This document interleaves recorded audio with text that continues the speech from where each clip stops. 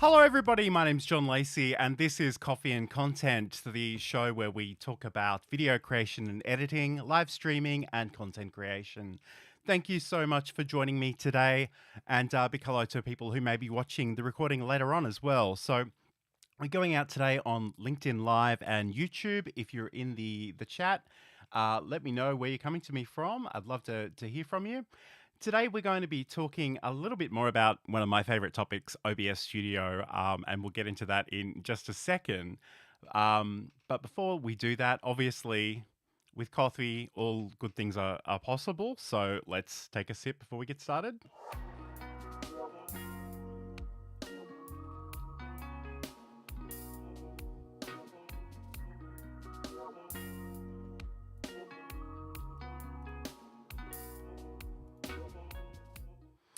Okay, so I'm curious to hear about the kind of week that you've had. I say this every week, but it's been a very busy, frantic week for me, and I'm actually sort of delighted to be able to chill out a little bit on a Saturday morning here in Australia, and drink some coffee and talk about some things that I really like talking about. So one of the things that I did do sort of earlier in the week, and this has been such a work in progress for the longest time, but essentially I've been working on my website a little bit. It's still very much under construction. I suppose if this was a quote unquote real business, and I had something to sell or a service to provide, I could get somebody else in to help me. But my background is sort of web design and development. So this was the one part that my inner control freak really wanted to sort of grab onto and take the reins for specifically. So that's just at johnlacey.com if you want to check it out. Some of these things are still very much under construction, but I really wanted to sort of have a place that you could come and actually learn more about live streaming. So we've got that. One of the things that cracks me up a little bit is that I've incorporated this speak pipe speak pipe function to record a voice message. And one of the great things about design is that we want to sort of reuse the same sort of color scheme and make sure it's all coherent. But obviously, the minute we get down here, we've got this splash of orange color that comes from nowhere. And in fairness, I could pay to upgrade my account there and potentially change that, but I'm still sort of tweaking that and figuring it out a little bit whether I want to do that or not. But certainly, if you've got questions about video, live streaming, or content creation, hit me up in the chat or go to the website and leave me a voice message. I may feature it in a future episode of Coffee and Content. So we're going to look at some OBS Studio and a little bit of Photoshop stuff later on this morning. But before we get there, I want to talk a little bit about this wonderful human being. This is Tanya Smith. So she makes live streaming simple, live streaming video simple, and she does these great live sessions. And there was one recently. Let me just show you. So tips to avoid creator burnout, which was so wonderful. And I'm someone who I actually catch a lot of live streams, and some of them are great and some of them are a little underwhelming. And Tanya is so good at what she does. Sometimes the technology doesn't always play nicely. Um, but she's just such a professional presenter. Like, she puts everyone at ease straight away. She knows how to work the room and how to work the chat. And it's just a beautiful thing to behold. And that most recent session about avoiding creator burnout was really, really interesting. And I must admit, as someone who does watch a lot of live streams, a lot of videos, listens to a lot of podcasts.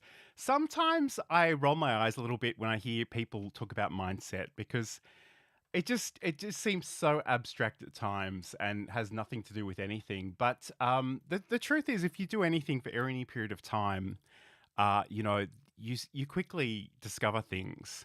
And it's one of the reasons that I recommend actually just going out and starting the thing and creating the thing that you want to see in the world. Because there's no better way of getting feedback. And I must admit, I'm really guilty of this. I will go and watch all the courses, all the videos, listen to all the podcasts.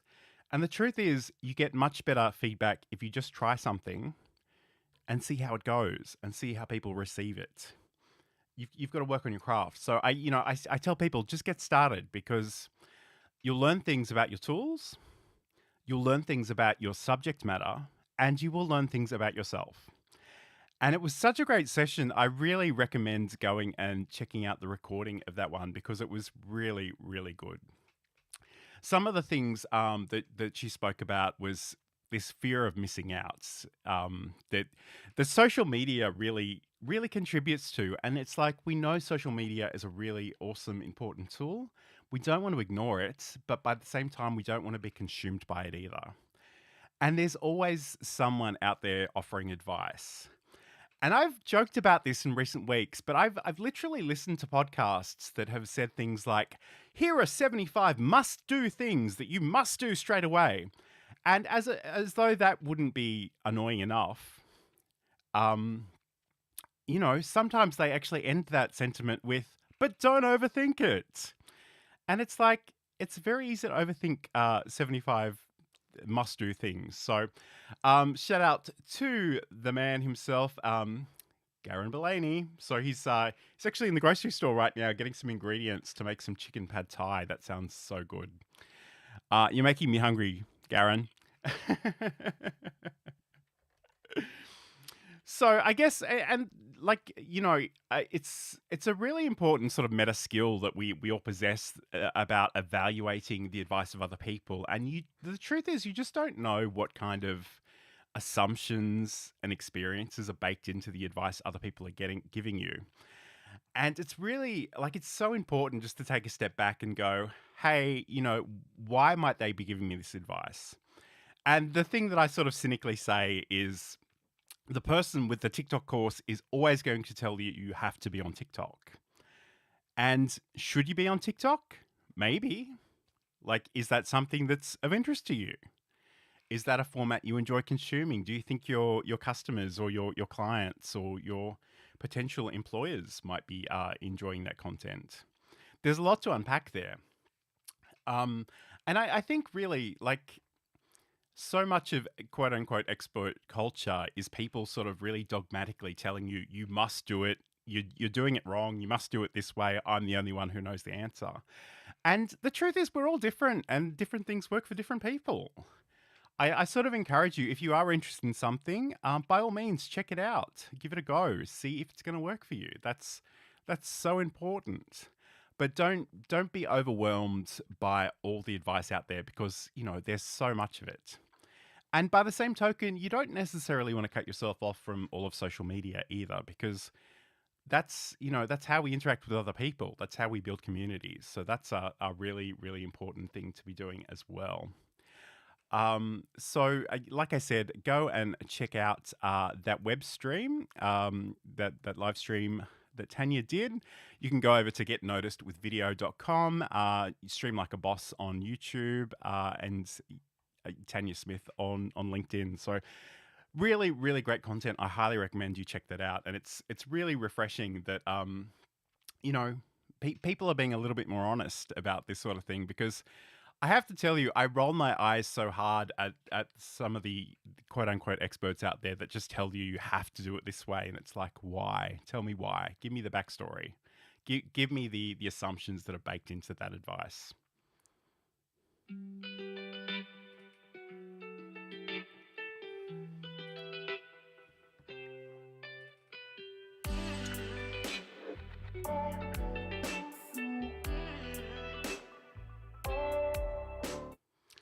So how was your week? Let me know in the chat. I'm so distracted at this point in time by Garen Belaney and his chicken pad thai, which sounds amazing.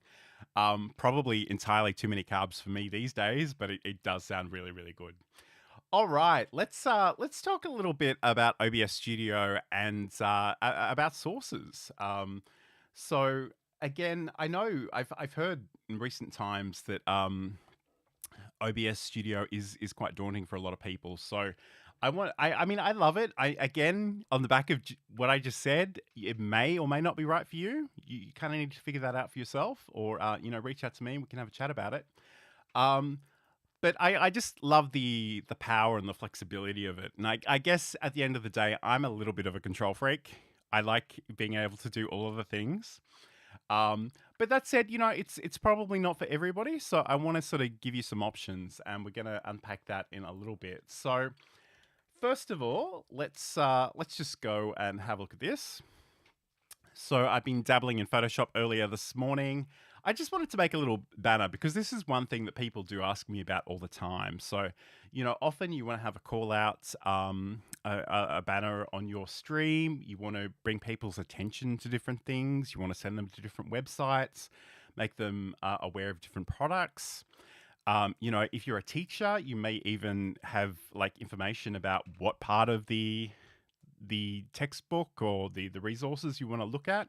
So essentially, I've come in this morning and like this is very, very quickly thrown together. So I'll probably tweak this a little bit before I use it for real, but I just wanted to show you that we could create something, just a whole bunch of different layers here. And I mean, I can turn all these things off. Essentially, I've got a rectangle. It's got a gradient in it. This is a gradient that I use throughout my branding. I've got some text. I've got some more text, slightly larger text in a bolder size. I've got a white border around all of this just because I wanted to separate it a little bit from the background. And I've got the obligatory picture of me in the tie and suit, which obviously I'm a little bit more casual today, but let's roll with it. So the great thing about this is, and again, I don't want to be dogmatic. I mean, last week I was telling you how great PowerPoint is as a graphics tool. This week I'm showing you Photoshop. Again, whatever works for you is totally fine. But one of the nice things about this is because you can see this little check pattern in the background. So this is actually the transparency of this particular image. So if you want to work with an image that has some transparency involved in it, you can actually use a PNG or a GIF format, and those actually will maintain that transparency, which is quite useful for reasons we'll see in a second. So again, this is going to be a little bit shocking, but I'm going to show you anyway. So this is another, and I've actually moved my green screen a little bit. So obviously I'm broadcasting with my fancy camera, but I wanted to show you some other things we could do over here. So I've got a Logitech C90, which is sort of my backup camera, and I'm thinking I might need a real camera. I love my Sony ZV E10, and I think I might even get another one of them just so I can work different angles. But I wanted to sort of unpack some of the things that we can potentially do here. So let me start out by turning some of these things off. Okay. So essentially, what we've got here is some images. So I've got a background gradient. I've got my grey bar. I've got my logo. I've got myself in this webcam, and this is from the Logitech. You can actually see a little bit of where the green screen ends behind me. So I'm going to select that one. I'm just going to hold down the Alt key to crop this a little bit so you're not seeing that as well. And when I can just show you, like if I double click on these are the properties. I've actually defaulted it to all the defaults for this particular one. I could come in and change these settings if I needed to, but that's all good. And I have actually come into my filters and set up my chroma key. And again, if I make this a little bit, you can sort of see the things that have been cropped out of this image. So the Logitech C920 isn't the greatest webcam in the world, but again, I encourage you to use whatever you've got just to get started. Because like I said before, getting started is probably 70% of the battle. There are all kinds of reasons where you can go, hey, there are all kinds of excuses that can crop up. This morning, we're actually in spring here in Australia, and the hay fever is off the charts, and I woke up with the reddest bloodshot eyes imaginable this morning, and I'm like, oh my god, I have to live stream shortly. This is going to be so painful. But sometimes you just have to let it go and keep going. So we've got those elements here. So what I wanted to show you, and again, like if this is OBS Studio. If you want to download this software, go to obsproject.com. I've got other resources on how all that works, but let's have a look at this. So let's just create a new scene, and I'll call it demo scene. And I'm going to bring in some of those things that we had on the previous one, so I can just bring them in again. So we've got a number of images. So if I wanted to create a new image, and I'll do this in a second, I can do it up here. But if I've got other existing images, I can always bring them in from the existing column. So I want to have my I think it's this one. I didn't name it very well, but that's my gradient. Okay, great. Let's go back and add in another image, and we'll bring in the gray bar. And that's just something that I have in my branding. And we'll do it again for the logo.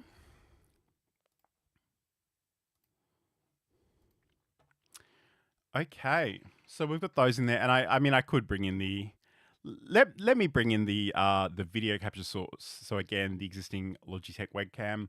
I might turn it off because it's probably a little bit distracting. But again, I've got that there. You can see where the edge of that is, so I can hold down Alt and bring that in. I probably want to think about how I'm positioning myself a little bit better if this were my real camera setup, but for the moment that will do. And I can reposition myself in the scene. I could maybe just put myself underneath a couple of these things as well. So, you know, if I decide I want to be a little bit lower in the frame, I can do that, and then I'll be appearing underneath the gray bar. So that's another option there. So let's think a little bit about some of our other options though. So you just saw that I created that banner. So if I wanted to bring that banner in, it's already in my other scene, but let's just imagine that we're bringing this in for the very first time. So in our scene collection, in our scene, we'll go to the little plus icon from our sources, and we'll go up to image. It's always a good idea to give these things meaningful names. So I might call this one johnlacey.com banner.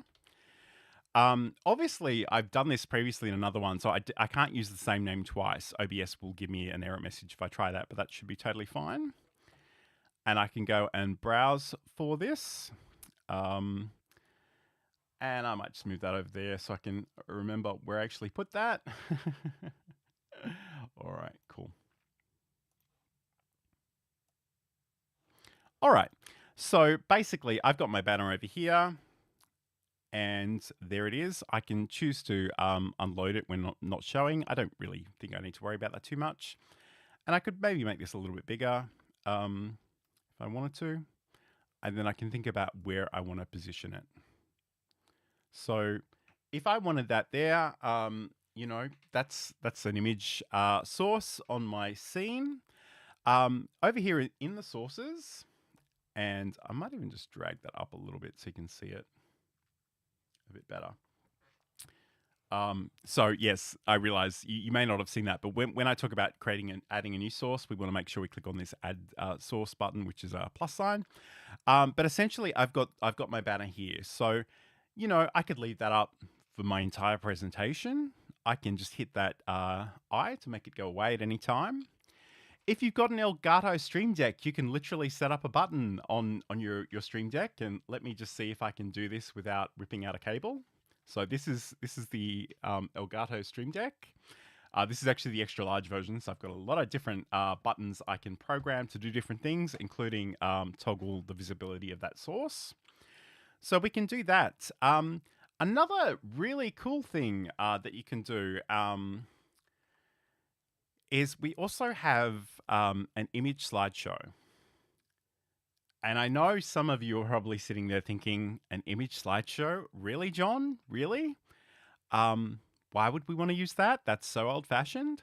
Well, I guess there's a number of different reasons that you might want to use this. And, you know, it literally does what it says on the tin. You sort of slide through different images. But maybe you want to use this as a background. Maybe you want to use this in the foreground as well. Maybe it's branding elements. Let me show you a couple of different approaches we can take with this specifically. So if I go to my image slideshow, and again, I'm going to call this BG slideshow. So this is going to be for the background. And basically, we have all these options. We can choose how long things appear on the screen. We can change the transition speed. We can even change the transition type. So we've got cut, fade, swipe, or slide. You can choose to loop it or not. And down here, we've actually got the image files option. And if I click on the plus sign here, I can add files or I can add an entire directory. So if I go add files, and I do actually have an entire folder here, so I could have chosen that option, but equally I can just sort of drag and select all of those and go open. Okay. And then, you know, I can sort of choose how that works. I guess the first thing though is I'm going to come in and right click on this, and I'm going to go to the order options, sorry, the transform, and let's go fit to screen, or yeah, fit to screen. So again, these are some older photos I've taken of my local area, and they're not really in a wide format. So again, I might just drag this out a little bit. And then I can sort of choose, you know, how this works. And again, keep in mind in our sources, the order in which these appear, you know, the things that are at the top of this list will appear on our top layer, and the things that are on the bottom will appear on the bottom. So in this case, because I want this to be behind me, I'm going to drag it down just below my webcam. And again, if you've got a chroma key, if you've got a green screen, this can be a really cool effect. It's probably worthwhile coming in here and just making these things a little bit slower. So the time between slides and the transition speed are in milliseconds. Let's say 10,000 milliseconds, and maybe I'll go 1,000 as the transition, and I'll go OK. And again, you know, this will be a little bit slower. So I guess like this is the danger. I'm showing you all the fun things you can do in OBS Studio. It's always important to use these things with restraint. So don't get too carried away. Don't put all the flashing colors and all the flashing lights. Just aim for something that's a little bit more subtle.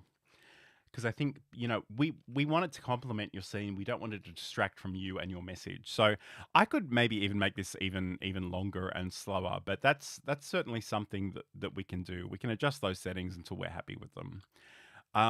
That's certainly one approach. And again, I've just got photos of my local area in the background. You can imagine, you know, if you've got different products or courses that you want to promote, you could just have that very casually in the background. And at any time, if you don't want to see that anymore, you can click that I button to toggle the visibility.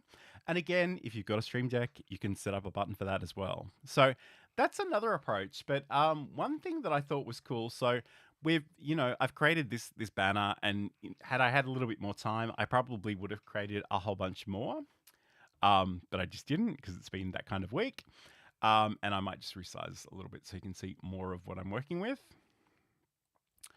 So I thought what might be really cool is, you know, maybe we don't want this on all the time, but maybe I don't want to think about turning it on and off all the time either. So what I thought might be worthwhile is let's actually have two banners. Let's have this banner, and let's have a banner that is just completely transparent. So it'll go between the two of them. Again, in Photoshop, I'm going to turn off all my layers. So, you know, we'll see literally nothing. And it took me a little bit of sleuthing to work this out, because if you go to File and you go to Export, if you use the the Quick Export as PNG or the Export as options, it won't give you any joy, because it'll be like, why are you trying to export this empty file? But if you do use this Save for Web option, you can actually save it as a PNG. Let me drag that over there. And it's very happy for me to export that as a sorry, I said PNG, but I meant GIF. So it's very happy for me to export that blank file as a GIF, and then I've got that ready to go. So that's, you know, that's cool. So if we come back into our portable version of OBS, and I come in and I want to add another source, let's go down, and this time let's select an image slideshow. And we'll call it banner. I'll call it banner slideshow. All right, so we have all the same options as we have with the backgrounds. I'm going to come in here and grab my files. It's just in this previous folder, and I want my blank and my John Lacey Com banner. So the blank one has come in first. I might put it afterwards. We've got it there to loop, and again, we can think about how long we want this on the screen, and maybe how long we want this sort of the transitions between the two of them. And I can come down and I can make that a little bit bigger, maybe not that big. Here we go. and I can reposition that, and we'll probably have to keep it on that scene for a little while for you to get the complete effect. But essentially, that'll fade in. I'm talking away, doing whatever I want to do, and eventually it will also fade out to the blank version. So it just to mix it up a little bit. So, and you could have any number of different banners or call to actions in there. It's just a matter of creating those files. So those are a couple of different things that you can do with the sources and the graphic, the image source and the image slideshow specifically. So they're just a couple of things. So again, you want to think about how you're using those strategically in your stream, and that you're making sure that they're not too distracting and they're not flashing. And we don't want to distract from you and your message, but we certainly we want to exploit the opportunities that are available to us via this software. So those are a few options. If you're doing something really interesting with OBS Studio, or if maybe even if you're just beginning to learn about OBS Studio, get in touch with me. I'd love to hear all about where you're up to in that process. That would be really, really cool. One thing I have noticed, and again, it's my problem because I'm running two versions of OBS Studio. And if you watched last week's session, you'll discover why I'm doing that. But essentially, I'm sharing OBS 28 while I'm using OBS 27 to do the stream. And I must admit that does confuse the hell out of the poor Stream Deck. It doesn't know which version of the software it's running with sometimes. So if you're doing that, then keep that in mind. So yeah. So again, if you wanted to, check out johnlacey.com. I've got some articles up there. I'll include information about the next coffee and content session there shortly.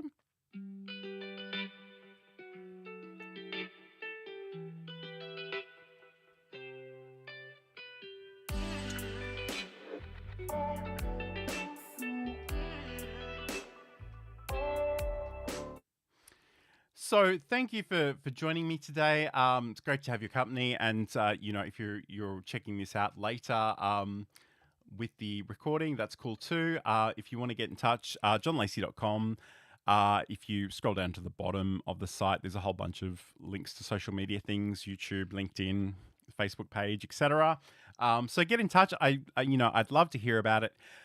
Something I did mention earlier is that as much as I'm passionate about OBS Studio, and I can talk about it forever, and I probably will talk about it forever, it may or may not be the right tool for you. So I do want to, in future sessions, cover some other options that might be a little bit more entry level for different people. I'm keen to sort of check out Restream Studio, so probably won't do that next week, but certainly in a future session. And I try to do these sessions every single week. So get in touch. Let me know what you're up to. Have a great weekend and a great week. And I will talk to you again very, very soon.